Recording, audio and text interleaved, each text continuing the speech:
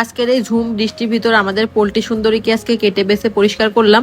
যদিও আম্মু এটা খুব শখ করে পেলেছিল, কিন্তু অনেকদিন ধরে ইচ্ছাও ছিল যে এটাকে জবাই দিয়ে দিব। মাশাআল্লাহ, এটার ওজন কিন্তু অনেক বেশিই ছিল, আর এর গায়ের রং যেহেতু সাদা হয় তাই আমি একে সুন্দরী বলেই রাখতাম। আমাদের ইচ্ছা ছিল এটাকে আমরা ডিম পাড়াবো, কিন্তু দুঃখের বিষয় সেটা সম্ভব হলো না। কিন্তু এর পেটে অনেক ডিম ছিল, খুবই কষ্ট লাগছিল। চলেন আপনাদের সাথে একটু শেয়ার করি এর গল্পটা। সো হ্যালো এভরিওয়ান, কি অবস্থা সবার? আশা করি সবাই খুব ভালো আছেন। আমিও খুব ভালো আছি বলে দেখেন বৃষ্টির ভিতর আমাদের পোল্ট্রি সুন্দরীকে আজকে আমরা জবাই দিয়ে দিব। আসলে অনেকদিন ধরে ভাবছিলাম যে এটা খেয়ে ফেলবো, আবার ভাবছিলাম যে না, এটাকে রেখে দিব, ডিম পাড়াবো। আমাদের আসলে সচরাচর বাড়িতে কখনো পোল্ট্রির মাংস বাইরে থেকে আনা হয় না, তো এটা আম্মু অনেক শখ করেই পালছিল। আমাদের গ্রামে প্রায় প্রত্যেকটা বাড়িতে সবাই এরকম বাড়িতে পোল্ট্রি পেলে তারপরে এটাকে জবাই দিয়ে খায়, কিন্তু আমাদের যেহেতু খাওয়া হয় না তাই আমাদের পালাও হয় না।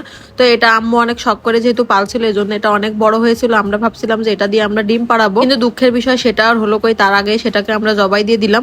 তো আমার দাদি এই যে এখানে আমাকে কচু পাতা কেটে এনে দিচ্ছিল এটাকে সুন্দর করে পরিষ্কার করার জন্য। আমি আসলে ভাবতেও পারিনি যে আজকে এটাকে জবাই দেওয়ার পরে এত বেশি পরিমাণে বৃষ্টি হবে, আর বৃষ্টিতে ভিজে ভিজে আমার এটাকে পরিষ্কার করা লাগবে।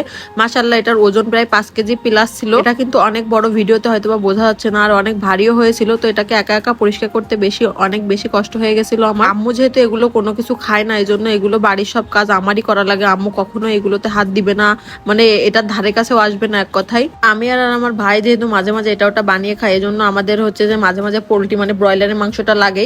কারণ ব্রয়লারের মাংস ছাড়া আসলে সবসময় সবকিছু দিয়ে মানে বিপ দিয়ে সবকিছু হয় না। তো ভাবছিলাম যে এটাকে জবাই দিয়ে ফ্রিজে রেখে দিব, মাঝে মাঝে এটা ওটা খেতে ইচ্ছা হলে বের করে খাবো। তো এই যে বাড়িতে পালা পোল্ট্রি মাংস খেতে নাকি অনেক বেশি মজা হয়, আমি সবার কাছ থেকে গল্প শুনেছি।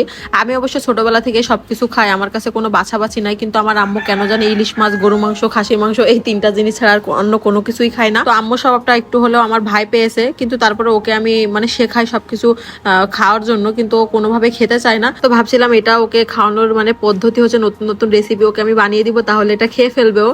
বাবা, এটা যে কি পরিমাণে ভারী ছিল সেটা তো বলার মতোই না। আসলে এরকম বড় মানে মুরগি কাটার অভিজ্ঞতা আমার খুবই কম, মানে আমি এর আগে তেমন ভাবে কাটিনি, কিন্তু আমি সব কাজই পারি আর পারবো। তো এদিকে দেখেন কি পরিমাণে বৃষ্টি পড়তেছে। আম্মু তো এসে আমার মাথার উপর ছাতা ধরেছিল, কারণ আমি বৃষ্টিতে পুরাই ভিজে গেছিলাম। আমার গায়ের ওড়না টোনা তো সবই ভেজা। তারপরে ভাবছিলাম যে যখন শুরু করেছি তখন শেষ করে একবারে উঠি।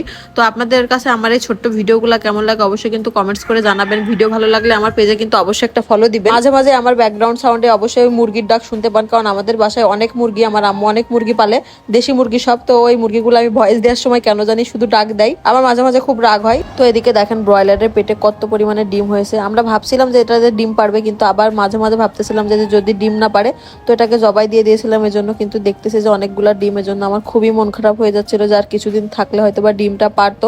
বেশ অনেকখানি মাংস হয়েছিল। তো আজকে এই পর্যন্ত শেষ করলাম। আল্লাহ হাফেজ।